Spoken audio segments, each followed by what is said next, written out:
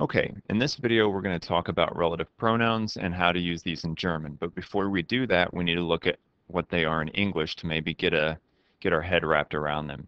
So in this first sentence we see, the boy that ran away was found yesterday. If we take out what's called the relative clause, which is right here, we have the sentence, the boy was found yesterday. So that's the first way you know if you took out the relative clause correctly, the rest of the sentence should make sense by itself. The boy was found yesterday. Now, we see the word that here. What is that referring back to? That is referring back to the boy. Okay, if I replaced the boy here under that and I said the boy ran away, it makes total sense. So that is the relative pronoun. That is the relative pronoun. That's what we're looking for. The boy here is the antecedent.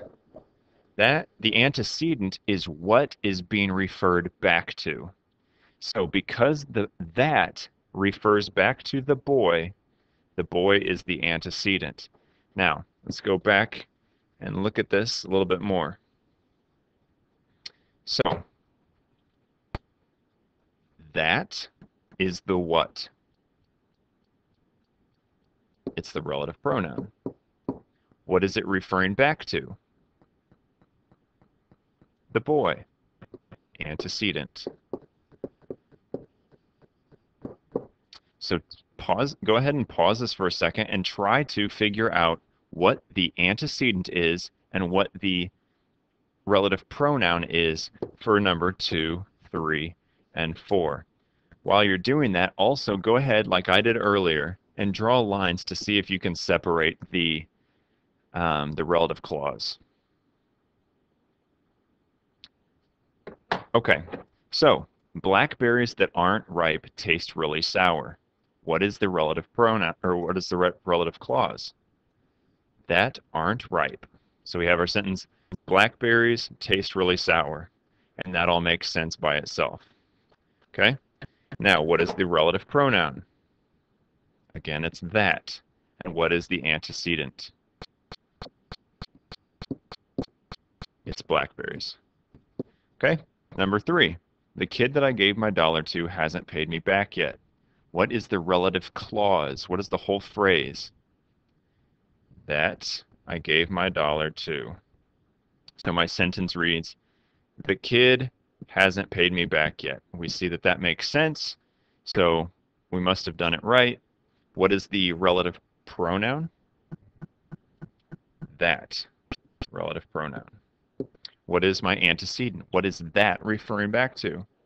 It is referring back to the kid, which is my antecedent. Okay, last one. I like songs that have long guitar solos. We separate the relative clause, and we see we have I like songs. That can stand alone, so that's fine. What is the relative pronoun? We have that, and it refers back to what? Songs. Songs is your antecedent, and that is your relative pronoun. Now let's look at what the relative pronouns can be in German. If you use this chart here that we've been using for articles and adjective endings, we pretty much have the same chart for relative pronouns, except for this row, and this one is a special one. So if I have a masculine noun and it is nominative, then we will use der as our relative pronoun. If I have a neutral or a neuter noun and it is accusative, we will use das. If I have a feminine and a dative, we will use der as our relative pronouns. And I'll show you what that looks like. This one here is an exception. So for all the others, der, dame, dame, das, dame, die, der, die, dane. Except for this one, it's not Dane, it changes to Danen. That is the only exception for these 3 rows. For the genitive, we will not talk about that today. Okay? So to figure out what the relative pronoun is going to be, we need to know several things. Number one, we need to know what is the gender of the antecedent. And number two, we need to know the case of the relative pronoun. Now, that's very important that we look at the case of the relative pronoun, not the case of the antecedent. So let's look at this next sentence right here. We have the sentence, the girl that went home early had to walk alone. So let's first of all separate out what is the relative clause. You can go ahead and do that. Pause it if you need to. Okay, so we see that went home early. That is our relative clause. So if we have our sentence, the girl had to walk alone, that's fine. It all makes sense. So that is going to be our relative pronoun. And the girl is going to be our antecedent. The girl went home early. That makes sense, so we're good. If we replace the girl, this is just a review. If we replace the girl, or if you, I'm sorry, you replace that with the girl, it should make sense. If it doesn't, then you have a problem. Okay? So now let's look at this German form of the sentence, or the German translation. Das Mädchen, and then we have our blank, früh nach Hause gegangen ist, musste alleine laufen. So we need to know, like I said, to figure out the relative pronoun, what goes in this blank, we need to know what is the gender of the antecedent. So let's first look, what is the antecedent? Well, we saw up here that the antecedent is the girl, and since this is a translation of the sentence, the girl is the antecedent, and what is the gender of the antecedent? Mädchen, as we can tell from the sentence, is das, so it's neuter. So we have neuter. We also want to know the case of the relative pronoun. So what is the case of the relative pronoun? Meaning, where does it fit into this relative clause? Where does it fit in there? Is it the subject? Is it the direct object? Is it the indirect object? Is it the object of a preposition? Where does it fit? Well, if we look at our sentence in English, we see the girl went home early. So we see that she went home early. She is the subject. And so it's the subject here as well. The girl, das Mädchen, and then we have our helping verb ist, went, ist gegangen, she went early home, or home early. She's the subject. So we look up here, we see that she is neuter, and she is the subject of the sentence, meaning she's the nominative case. We cross them, we have the S, and so we know that our relative pronoun then is das. So, das Mädchen, das früh nach Hause gegangen ist, musste alleine laufen. So, go ahead and take a second, pause this if you need to, and figure out what the next sentence would be, what the next relative pronoun would be. All right, so we're looking at singt Lieder blank sehr bekannt sind. It's really important when we're trying to figure these out that we actually know what the sentence is saying so that we can figure out what the case is of the relative pronoun and where it fits in the sentence. So, he sings songs, singt Lieder. This is my subject, this is my verb, it's my direct object. Okay? He sings songs. Now, our relative pronoun here is going to be referring back to the antecedent. So what is the antecedent? The antecedent is songs. Okay, that's what's referring back to. So if we plug Lieder back into this part right here, we see Lieder sind sehr bekannt. Songs are very well known. So if I take that, what part of the sentence is songs when I'm looking at this clause only? Where does that fit in? Songs are very well known. It's the subject. And what is the article or the gender of leader. Songs are plural. So we look at plural here. We look at the subject, it's nominative. We come over here, we see it's an E, so our relative pronoun is die. Er singt Lieder, die sehr bekannt sind. Okay, so here are a couple examples. Go ahead and take a second, pause the video, and try to figure these out on your own. Try to figure out, first of all, what is the relative pronoun? Try to figure out what the relative clause is if you're having trouble with that. Try to figure out what the antecedent is and try to label them all if you can. Okay, so we have our relative clause here. Das Auto kann 200 Kilometer pro Stunde fahren. So the car can drive 200 kilometers an hour.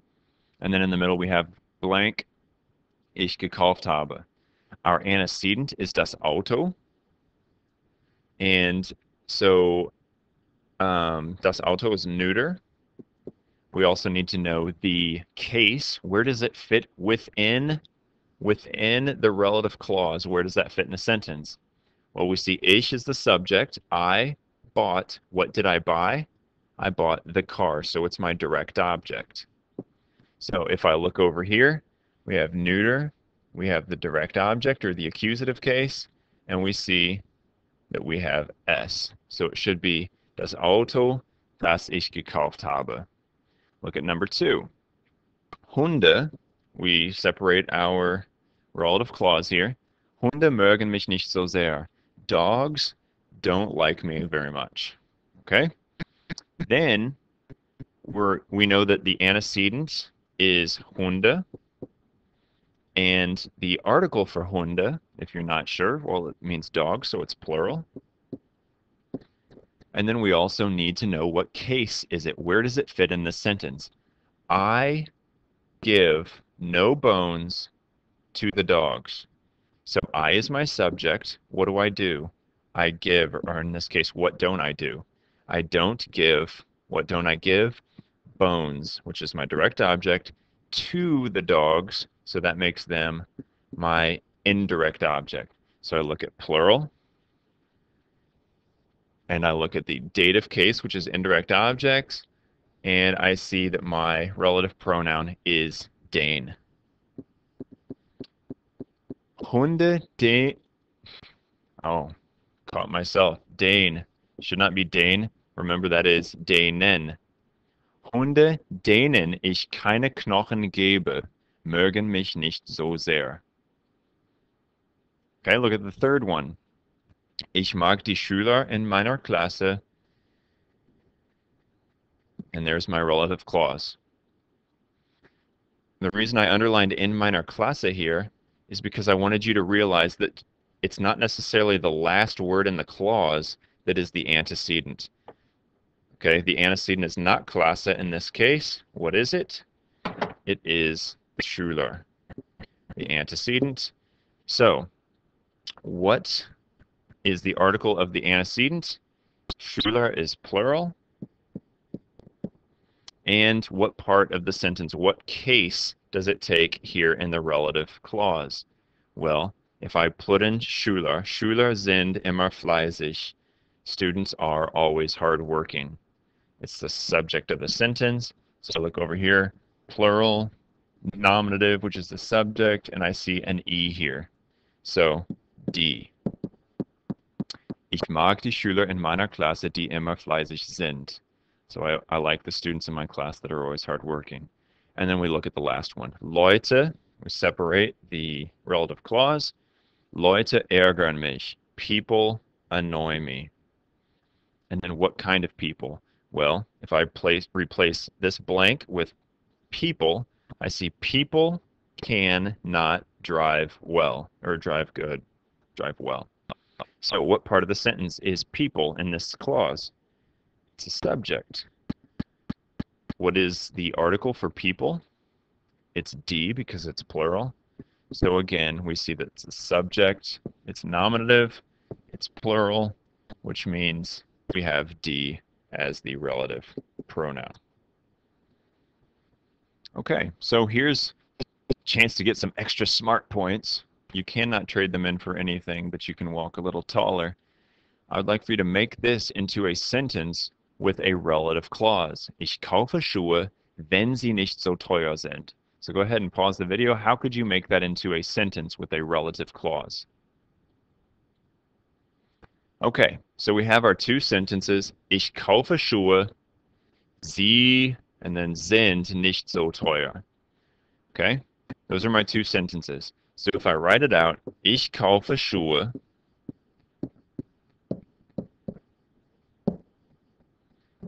now I need a relative pronoun here. I buy shoes. Instead of saying I buy shoes when they are not so expensive, I want to say I buy shoes that are not so expensive.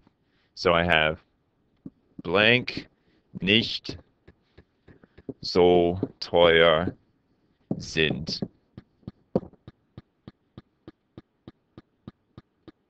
What goes in that blank?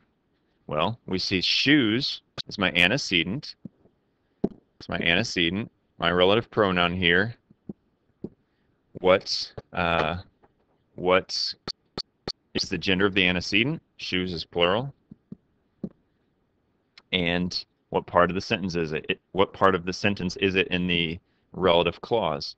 We see that it is the subject. Shoes are not so expensive. So it's the subject, and just like on our last page, here, we see plural, and the subject are nominative, and so we have an E. So we would have the sentence, Ich kaufe Schuhe, die nicht so teuer sind. That is the end of this video. If you have any questions, make sure you talk to me in class.